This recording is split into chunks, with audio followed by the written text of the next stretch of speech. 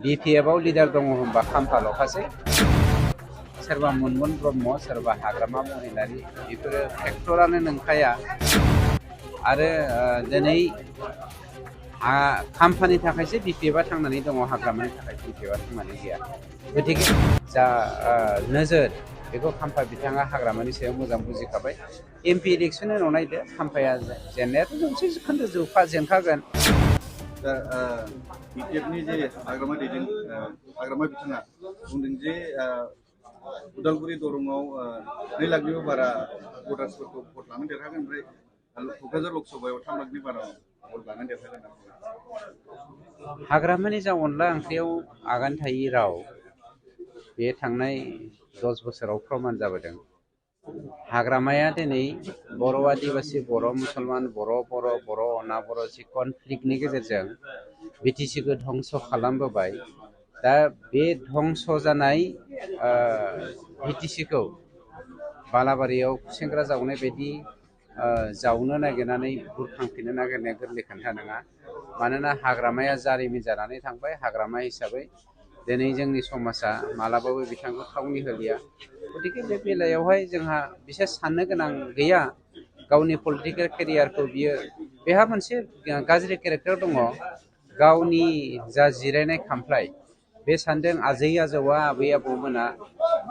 खामफ्लायखौ हाग्रामानो दानना गालांखादों होननानै नंखायनो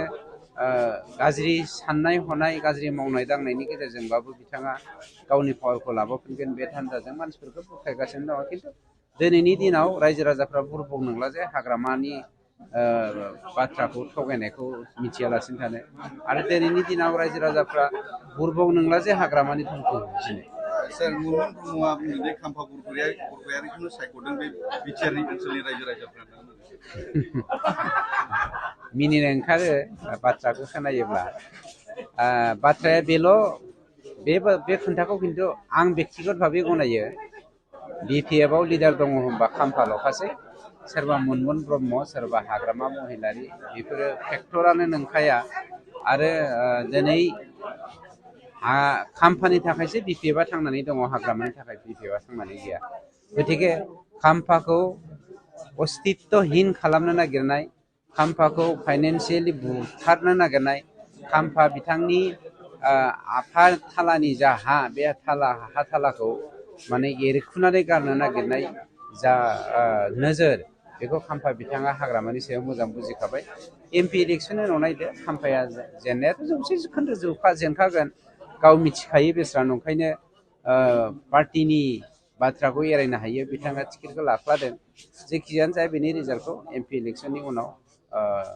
जुन मासनि 4 अक्ट'खालि मोननो हागोन सार नोंथांनि बिटिआर सरकाराबो गोबां लाइमोनफोरनो साख्रि होबाय सार बिथांमोना साख्रि होनो हाया होननानै आरो बिथांमोना जोंनो होहोनोनो नाजायाखैमोन मानोना बिथांमोना सेन्ट्रेल सिलेक्सन बर्डनि सायावबो हाइकर्टआव केस होदोंमोन बेयावबो बिथांमोना गाज्रियैनो जेनदों आरो गोबां केस होदों बिथांमोना अब्लाबो मोनसेयाव बिथांमोना साक्सेसफुल जानो हाखाया जेखियानो जायाथों बिथांमोना जेखियानो होनाथों जोङो दिनैसिम 5,000निख्रुइबो बांसिन मानसिनो साख्रि होबाय आरो गोबां होनो नागिरगासिनो दं बिथांमोना बखिबाय थाथों मा होनगोन मोनसे बाथ्रा भाव दङ मैदेरा गावनि लामाजों थांबाय थागोन साखाथि फाखाथि थानाय सैमाफोरा जेब्लायबो सोंबाय थाखागोन थेंक इउ